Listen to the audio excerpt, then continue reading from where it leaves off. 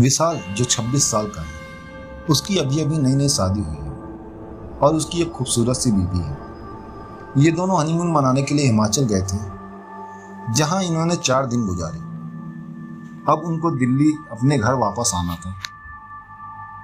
ये दोनों गाड़ी में बैठ गए और दिल्ली के लिए चल दिए। रात के 11 बज गए थे। अब वो हिमाचल की घाटी को पार करने ही वाले थे।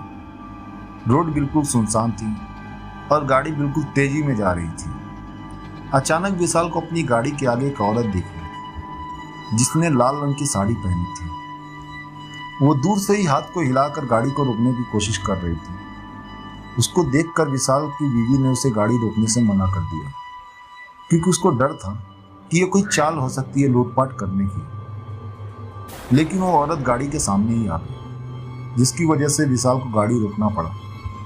वो औरत जोर जोर से दरवाजे को पीटने लगी। उसके चेहरे के भाव से ऐसा लग रहा था जैसे वो किसी बड़ी मुसीबत में हो। विशाल की बीवी ने उसे गाड़ी का दरवाजा खोलने से मना कर दिया।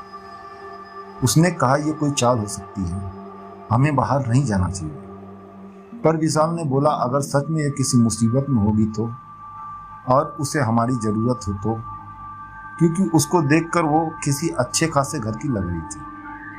ये बोलते ही विशाल ने गाड़ी का दरवाज़ा खोल दिया और बाहर गया। वो औरत घबराती हुई बोली प्लीज़ मेरी मदद करो। विशाल ने बोला क्या हुआ है? उस औरत ने जवाब दिया मेरी गाड़ी नीचे खाई में गिरकर एक पेड़ से टकरा गई है और उसमें मेरी छोटी सी बच्ची फंसी हुई है, प्लीज़ उसको बाहर निकालो। ये सुनते ही विशाल की बीवी भी बाहर आ गई और तीनों खाई की ओर भागे।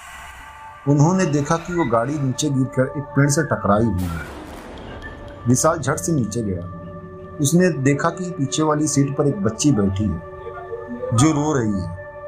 विशाल ने दरवाज़ा खोलना चाहा, पर वो नहीं खुला। दरवाज़ा अटका हुआ था।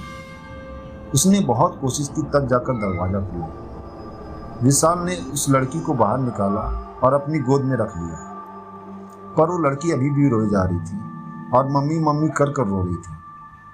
तभी विशाल की नज़र आगे वाली ड्राइविंग सीट पर गई, जहां उसको कोई बैठा हुआ लगा। लेकिन आगे वाली गाड़ी का शीशा धुंधला था, तो साफ नज़र नहीं आ रहा था।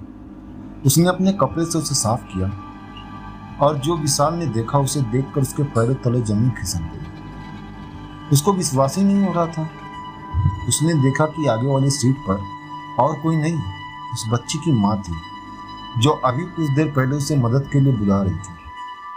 उसने देखा कि उस औरत के माथे से खून निकल रहा है और उसकी मौत हो चुकी है। विशाल की पत्नी ने विशाल की हालत देखकर फटाक से उसके पास आ गई और वो भी ये मंजर देखकर हैरान हो गई। ये देखते ही विशाल और उसकी पत्नी ने पीछे मुड़कर देखा, जहां वो औरत कुछ देर पहले खड़ी थी, पर अब वो वहां नहीं थी। तो दोस्तों, ये थी एक माँ की ममता, और यही हमारी कहानी खत्म होती है। उम्मीद करता आपको कहानी अच्छी लगी होगी। कहानी अच्छी लगी तो कहानी को लाइक कर दें, एक प्यारा सा कमेंट कर दें। मैं फिर मिलता हूँ आपसे एक नई कहानी के साथ। जब तक के लिए अलविदा, और याद से हमारे चैनल को सब्सक्राइब भी कर लें।